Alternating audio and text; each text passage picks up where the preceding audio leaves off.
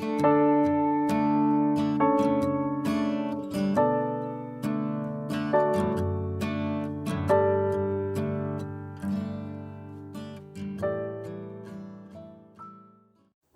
시간 주님께 안녕하세요. 대강교회 오훈 목사입니다. 4월 17일 월요일입니다. 하나님 우리에게 주신 말씀은 스가랴 6장 1절에서 15절입니다. 내가 또 눈을 들어본즉 내 병거가 두 산 사이에서 나오는데 그 산은 구리산이더라. 첫째 병거는 붉은 말들이, 둘째 병거는 검은 말들이, 셋째 병거는 흰 말들이, 넷째 병거는 어룽지고 건정한 말들이 메었는지라. 내가 내게 말하는 천사에게 물어 이르되 내 주여 이것들이 무엇이니까 하니 천사가 대답하여 이르되 이는 하늘의 내 바람인데 온 세상의 주 앞에 서 있다가 나가는 것이라 하더라.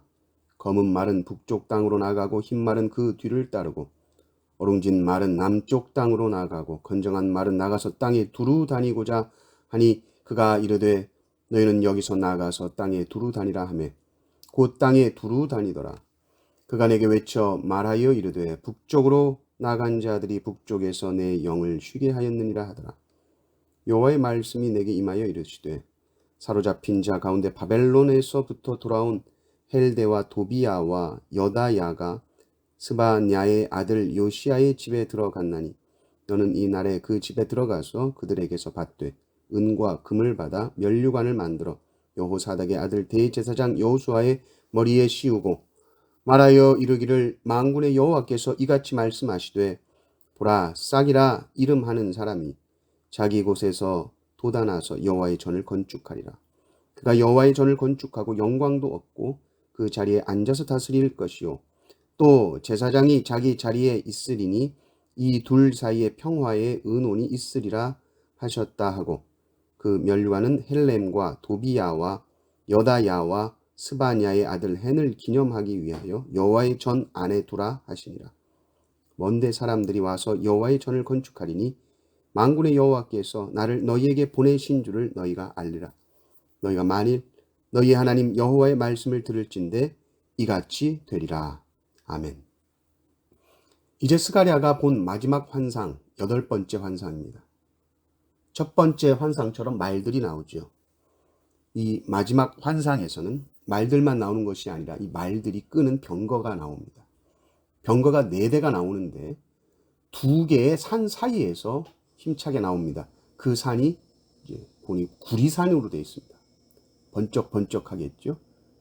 그 두 구리산 사이에서 병거가 나오는데 첫 번째 병거는 붉은 말들이 끌고요. 두 번째는 검은 말들이 끕니다. 세 번째는 흰 말들이 끌고 네 번째 병거는 어룽지고 건정한 말들이 끕니다. 병거라는 것은 전투요. 전쟁할 때 돌격 앞으로 하면 병거들이 이제 돌진하는 것이죠. 스가랴가 묻습니다. 이것들이 무엇입니까? 이 병거들은 하늘의 내 바람이다. 내 바람이라고 말합니다. 성경에 바람이라고 나오면 그냥 부른 바람만 생각하면 안 됩니다. 이 바람이라는 말이 영이라는 뜻도 있고 호흡이라는 뜻이 늘 같이 있습니다. 이 병거들은 하늘의 내 영이라는 말이죠. 하나님이 심판을 집행하고 있는 내 영들이다. 또 이 영들이 보니까 5절을 보니까 온 세상의 주 앞에 서 있었다라는 것을 볼 때 이 영들은 천사라고 봅니다. 이 병거가 어디로 가는가 보니까 검은 말은 북쪽을 향해 갑니다. 그때 백마가 따라가죠. 북쪽이라 하면 이 바벨론, 아수르가 있는 곳입니다. 검은 말이 같다라는 것은 이 검다는 것이 상징한 이 심판과 죽음. 검은 말이 같다 그럴 때는 심판과 죽음이 그들에게 임하는 것이고 흰 말이 따라갔다는 것은 곧이어 승리가 뒤따라갔다. 그들을 심판하고 을 통해서 승리가 주어졌다라는 것을 보여주는 거죠.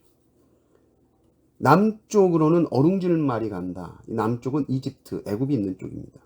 애굽도 하나님의 심판을 피할 수 없었던 것입니다.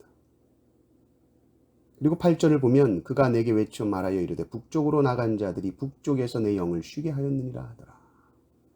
북쪽으로 나간 자, 이 바벨론의 이 하나님의 뜻대로 하나님의 심판이 행해졌다라는 것입니다. 제대로 행해졌다는 것이죠. 그러니 이 마지막 8번째 환상을 통해서 이 북쪽과 남쪽이 하나님의 백성 이스라엘 괴롭혔던 원수들이 심판받을 것이다. 그리고 완전히 승리할 것이다. 이것을 예언으로 보여주고 계신 것입니다. 그리고 9절부터 보면 이 여호수아가 이 면류관을 쓰는 모습이 나오는데 왕의 면류관을 씁니다. 이 여호수아가 제사장인데 제사장에게 왕관을 씌운다는 것은 이상한 일이고 역사상 대제사장이 왕이 된 경우가 없습니다. 근데 지금 나타나는 모습은 이 왕과 이 제사장의 역할이 결합된 한 사람을 보여주고 있는 것이죠. 12절을 보면 이렇게 말하여 이르기를 만군의 여호와께서 이같이 말씀하시되 보라 싹이라 이름하는 사람이 자기 곳에서 돋아나서 여호와의 전을 건축하리라. 싹이라 이름하는 사람. 이 싹이라는 것이 예전 개역 한글에서는 순이라고 나왔습니다. 이 순, 이 싹이 나와서 뭘 하느냐? 그의 사명이 무언가 봤더니 여호와의 전을 건축하는 겁니다. 13절도 보면 여호와의 전을 건축하는 이야기가 반복해서 나오고 이제 그 전에서 앉아서 통치하실 것이다. 또 이 왕의 통치만을 말하는 것이 아니라 제사장 이야기도 하시는 것이죠.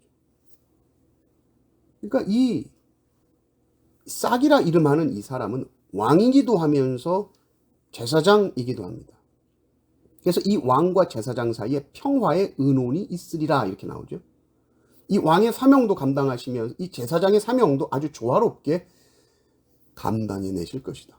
왕으로서 통치하시는데 그냥 막 철권 통치 이런 게 아니라 제사장으로서 중보자로서 인간의 죄를 가지고 하나님 앞에 나가는 이 일도 함께 감당하는 메시아. 이 싹이라는 이름으로 오시는 이 메시아. 그는 왕이시면서 제사장이시죠.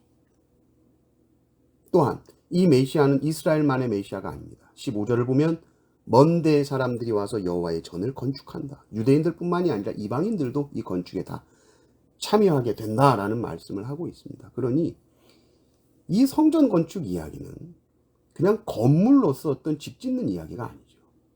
이 성전은 그리스도를 말합니다. 이 그리스도의 몸을 말합니다. 그리고 이 그리스도의 몸은 그 신약의 교회를 말하죠. 우리가 그리스도의 몸을 이루잖아요. 그리스도의 몸은 모든 성도들 한 사람 한 사람이 그 지체가 되어서 한 몸을 이룹니다. 예수 그리스도를 믿는 모든 자들이 그리스도의 몸된 교회를 세워나갈 것이다 라는 예언의 말씀이고 그 예언은 반드시 이루어진다. 이루어졌고 계속해서 이루어져 가고 있으며 완성될 것이다 라는 것을 우리에게 보여줍니다. 세상의 권세가 아무리 커 보여도 이 바벨론이 아무리 우리 눈앞에 커 보여도 그리스도의 교회는 반드시 승리할 것이다. 최후 승리를 믿으시기를 바랍니다. 이 승리를 우리가 믿을 때에 오늘 하루 우리가 담대하게 살 수 있을 줄 믿습니다. 이 은혜가 넘치시기를 주님의 이름으로 축원합니다.